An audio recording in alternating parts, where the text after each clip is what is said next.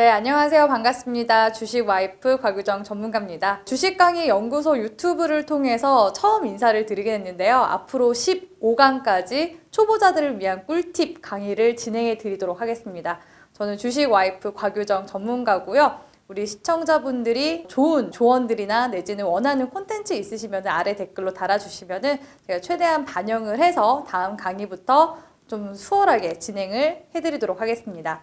자, 첫 번째 강의 영상 준비를 해왔는데요. 우리 시청자분들은 정보를 얻으실 때, 주식 관련 정보를 얻으실 때 어떤 경로로 어떻게 얻으시나요? 아마 이 영상을 보고 계시는 분들은 유튜브를 통해서 좀 간편하게 주식 강의라든지 내지는 정보를 서핑을 하실 거라고 생각이 듭니다. 사실 이제 주식 그 정보를 얻는 경로가 굉장히 다양하죠. 제가 대략적으로 적어봤는데요. 자, 아마 주식 하시면서 가장 많은 분들이 하시는 게, 많이 참고를 하시는 게 이 네이버 증권이라고 생각이 들어요. 많은 분들이 포털 사이트를 통해서 일단 내가 원하는 정보가 있거나 업황이 있거나 하면은 가장 먼저 검색창에다가 서치를 하게 되죠. 종목명을 검색하거나 했을 때 가장 먼저 위에 주가와 함께 뜨는 것이 네이버 증권일 겁니다. 그래서 주식하시는 분들 중에서 네이버 증권 안 들어가신 분들은 제가 못 봤던 것 같아요. 네이버 증권을 통해서 우리 많은 분들이 또 정보를 얻으실 텐데, 네이버 증권 들어가 보시면 아시겠지만 투자 전략 게시판부터 시작해서 내지는 네이버에서 관련 주요 뉴스들도 보실 수가 있고요. 관련 속보들도 보실 수가 있고, 또 리포터뿐만 아니라 공시 정보들까지도 얻어보실 수가 있습니다. 그런데 제가 왜 네이버 증권 같은 경우에는 그렇게 추천을 썩 드리고 싶지 않냐 하면은, 일단 투자를 하실 때 가장 중요한 게 초보 투자자분들은 이 멘탈 관리일 겁니다. 어떻게 내가 투자를 하는지에 대해서 명확하게 원칙이 성립되어 있지 않은 이상, 그리고 내 관점이 제대로 성립이 되어 있지 않은 상태에서 네이버 증권의 게시판을 들어가게 되면은 게시판에서 논객들이 굉장히 와글와글 얘기하는 것들을 보시고 멘탈이 흔들리실 수가 있습니다. 그래서 네이버 증권을 활용하셔야 되지, 네이버 증권 게시판을, 종목 게시판에 들어가셔서 커뮤니티를 하시다 보면은 내 종목에 대한 주관이 어느새 사라져 버립니다. 그래서 그런 안 좋은 단점이 있다는 것을 명시하시면서 활용하시는 게 중요하다고 생각이 들고요. 그 다음으로 많은 분들이 또 참고를 하시는 미디어 매체 중 하나가 TV 방송과 함께 더불어서 요즘에 최근에는 이제 유튜브를 많이 보실 거라고 생각이 듭니다. TV 방송을 보시면은 주식 강의부터 시작해서 종목 추천 영상들이 많이 나와 있을 거고요. 유튜브 역시도 마찬가지입니다. 많은 이제 또 전문가라고 하시는 분들이 그래도 어느 정도 검증이 되신 분들이 나와서 이제 이야기를 하는 것이 TV 방송이라면, 유튜브 같은 공간에는 사실 뭐라고 해야 될까요? 전업 투자를 하시거나 투자에 대해서 정말 제대로 검증이 됐는지 안 됐는지 모르시는 분들이 나와서 또 강의를 하는 경우가 있기 때문에 사실 유튜브보다는 그나마 신뢰도가 TV 방송이 조금 더 높다고 보시면 되겠습니다. 그래서 유튜브에 진짜 수많은 영상들이 떠돌아다니는데, 워낙 이제 리딩 업체들도 많고 또 책을 판매하기 위해서 마케팅 수단으로 하는 경우가 많기 때문에 영상을 또 보다 보면은 결국에는 어떻게 됩니까? 리딩을 받게 됩니다. 그래서 유튜브도 당연히 좀 활용을 하시는 게 좋긴 하지만 신뢰도적인 측면으로 봤을 때는 TV 방송이 훨씬 더 신뢰도가 있다고 저는 생각을 하고요. 그 다음에 이제 많은 분들이 또 투자에 대한 정보를 얻으실 때 네이버의 검색창에다 검색하시면 당연히 이제 테마 같은 경우에는 블로그 내지는 카페에 관련 정보들이 있습니다.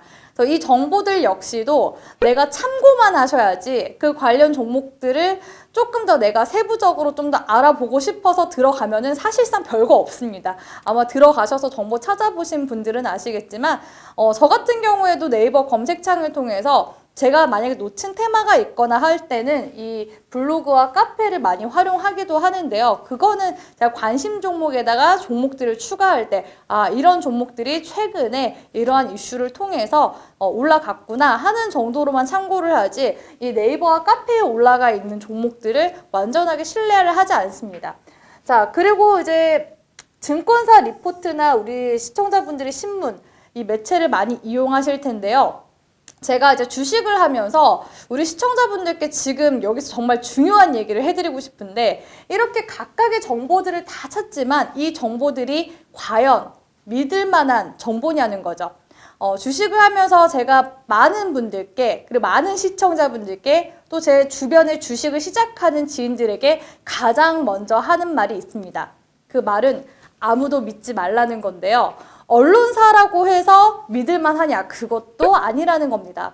증권사 역시도 뭐로 먹고 사나요? 수수료로 먹고 삽니다. 그리고 신문사는 어떻게 먹고 사나요? 광고로 먹고 삽니다. 그렇기 때문에 회사에다가 돈을 좀 주고 광고를 실어가지고 게재를 하는 게 또 신문이 될 수 있기 때문에 신문이나 증권사 리포트도 그렇게 신빙성이 있다라고 보기보다는, 그래도 카페 블로그보다는 신문 증권사 리포트가 낫긴 하지만, 신뢰도적인 측면에서 낫긴 하지만, 그래봐야 제가 봤을 때는 도찐 개찐이더라 라는 결론이 나옵니다.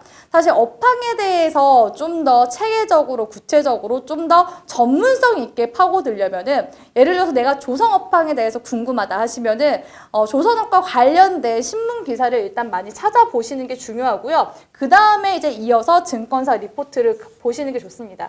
증권사 리포트도 제가 왜 그렇게 믿지 말라라고서 말씀을 드리는 거냐면, 증권사 리포트를 이제 보면은 사실 테마주에 대한 정보는 그렇게 많지는 않고요. 대형주에 대한 정보들이 많습니다.